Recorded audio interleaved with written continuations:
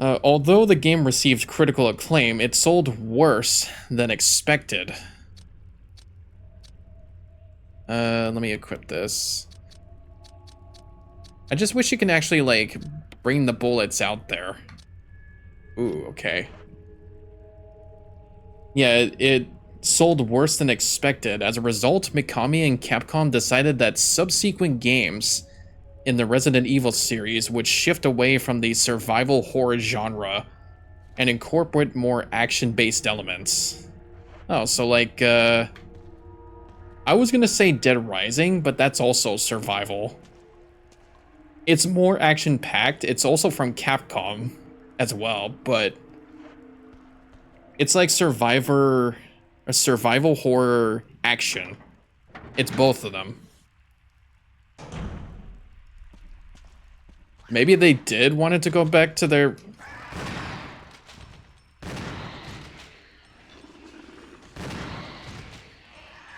Maybe they did want it to go back to their roots at some point, but,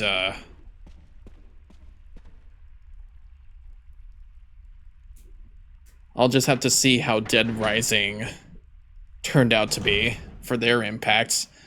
Because I think the remaster for the first Dead Rising is coming out for PS5. And hopefully PS4.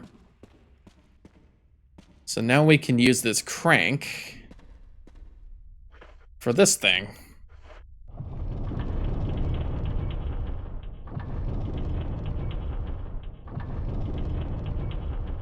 Yeah.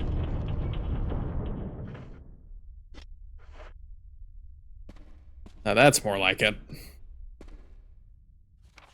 Yeah, that's gonna lead out to the thing. Let me grab this. Let's see. It would shift away from the survival horror genre and incorporate more action-based elements, starting with Resident Evil 4 in 2005. Okay. So any game after 3 was more action-packed. Before that happened, Capcom developed Resident Evil 0, a direct prequel using the same graphics engine and released in late 2002. I wonder how different that one was. Am I good for weapons? I hope so.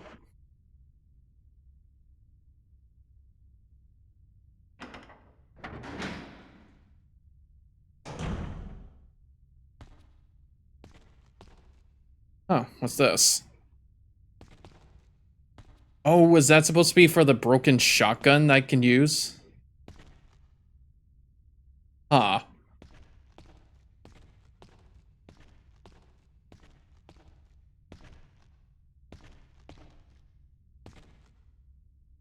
A huge boulder blocks the way. Okay.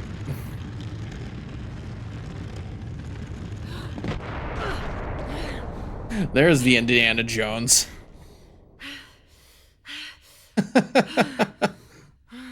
That gave you quite a scare, didn't it? Alright, we're gonna head back to the item box. Maybe I can use the handgun more. Yeah, that gave you quite a scare, didn't it? I would have actually wanted to see what she would have...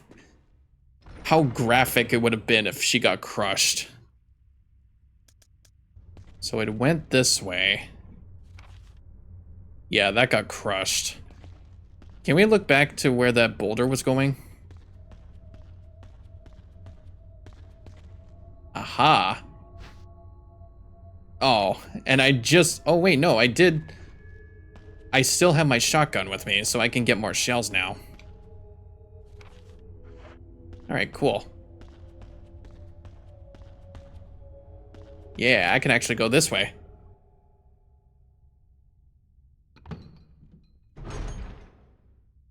This should work. Oh god. He is massive. Oh.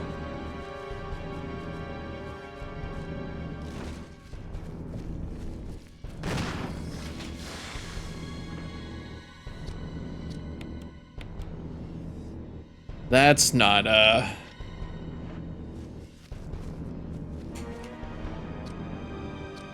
okay.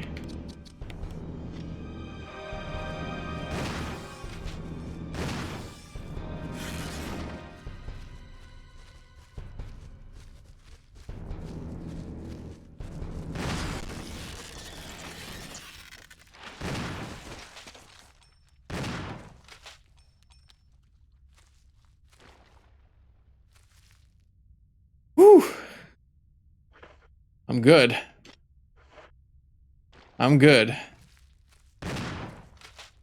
Oh. Oh, okay. Let me just head back out. I need healing. I need healing. Ooh. Yeah, that was quite a scare. That's supposed to be the biggest spider in the game. They call it the Black Tiger. And good thing good thing I actually used my shotgun for that, because I want to save my grenade launcher for the rest of the game. On December 25th of 2008, Resident Evil was ported to the GameCube's successor, the Wii, along with Resident Evil 0. The port, Resident Evil Archives Resident Evil, features a control system that supports both the Wii Remote and the GameCube controller. Although Capcom originally had no plans to release the Wii version outside of Japan, arguing that the game would not sell very well, the game was eventually released in North America on June 23rd, Australia for 25th, and in Europe in June 26, 2009. Due to the commercial success of Resident Evil 5. Wow. The Wii version received generally favorable reviews from critics, but some publications criticize for its outdated controls, lack of new features, and a lack of widescreen supports. Oh yeah, because even for a console that came out in like 2006, it's still like it's mostly favorable for its 4:3 format, which is funny to me. Like we have a third, or I guess a fifth generation console, and yet it can still do like 4:3 progression. Oh. Oh wow. I didn't know you get a second survival knife. Then I guess that's what this place is for. A huge spiderweb blocks the door, so you can actually cut it. Yeah, there we go. Was there anything else in here? No. Okay. Yeah, no, that's the only place where the survival knife is usable. It's for cutting down that spider web, blocking the way. So now we can put the knives away. Alright, cool diddlio. Cool diddlio. I should probably have this equipped. So now we can continue. Like, where is this even taking me to? So there's a way here. Aha. More plants.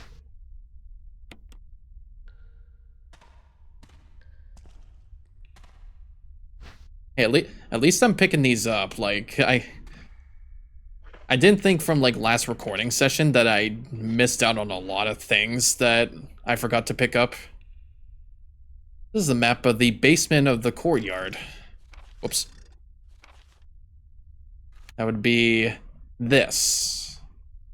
Okay.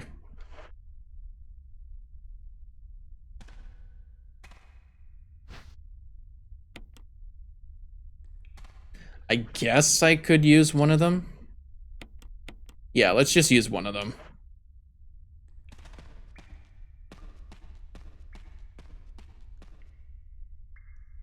Oh. Oh, I see. Then that thing must be locked. Oh, no, it isn't. Then what is that for, then?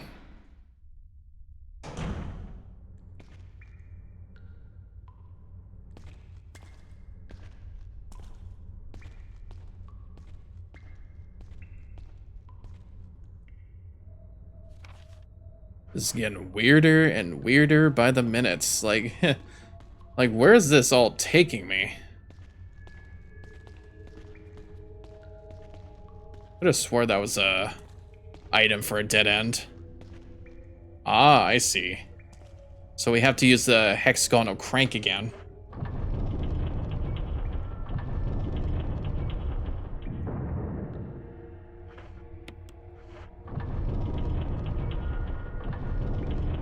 Let's see.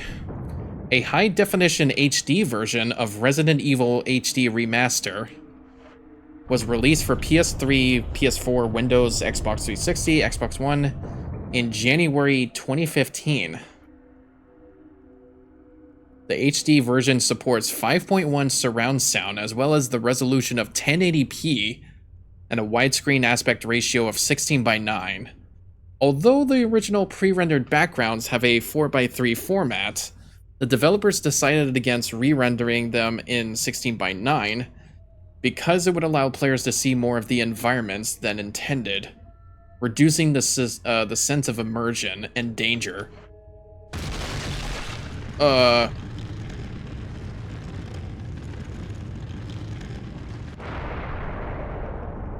Jesus, why is that so fucking loud? Am I good? Yeah, that thing crushed along the way.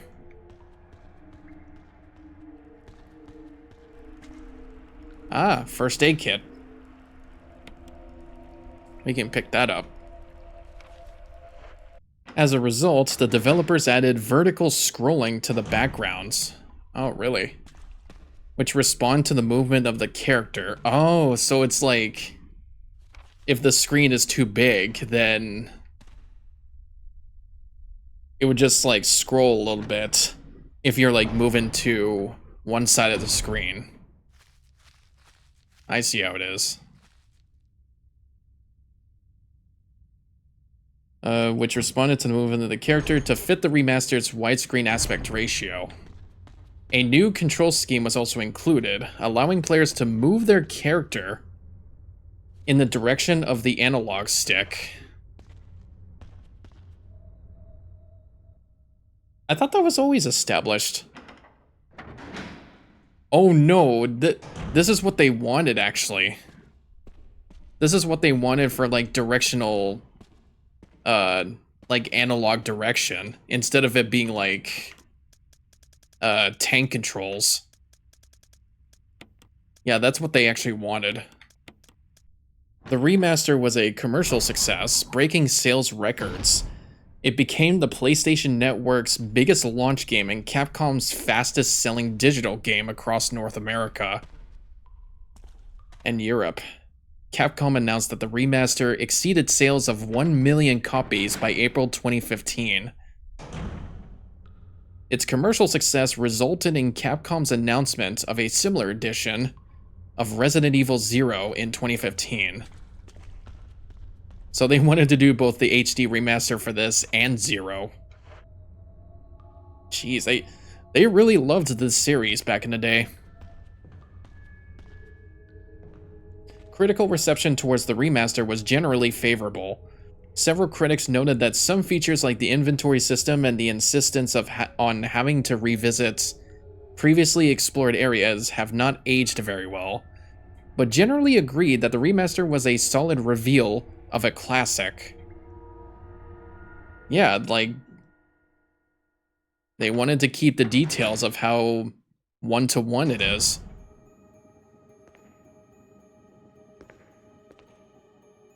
Oh, this puzzle.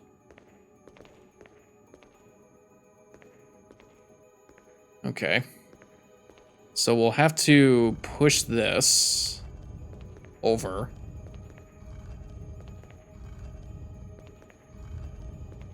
Oh, wait. Messed it up a little bit.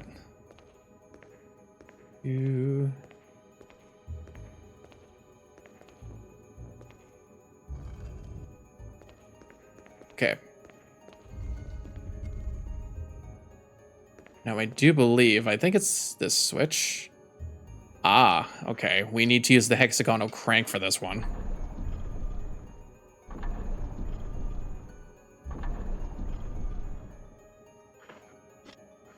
Okay. So now we just push this statue over.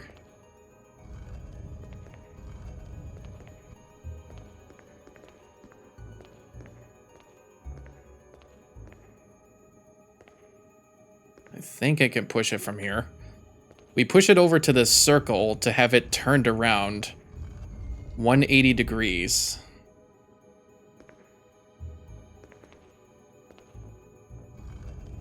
And we had to keep, like, having it put back and forth.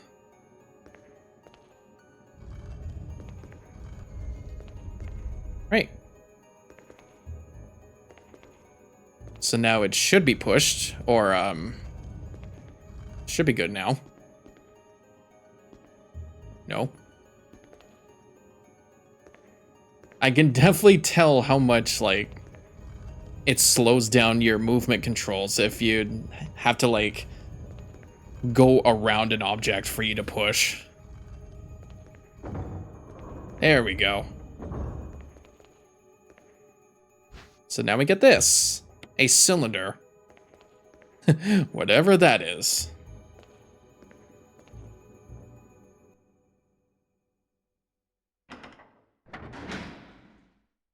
Not aged very well, but generally agreed that the remaster was a solid reveal of a classic. The new control scheme was also considered more intuitive and satisfying, especially for new players.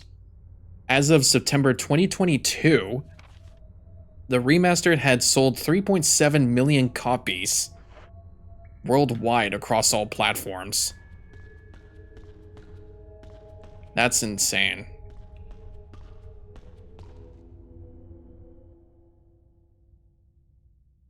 And then you have the Origins collection, which I remembered seeing, which was revealed for the Nintendo Switch on May 21st, 2019. That's how I also knew about Resident Evil coming to Nintendo consoles. Now, I'm not entirely sure if it's, like, the same frame rates, but, like, people can't stop bashing around on the Switch's game engine for not consistently staggering at 59 or 60 frames a second. But who knows? Maybe the successor to the Switch will fix that.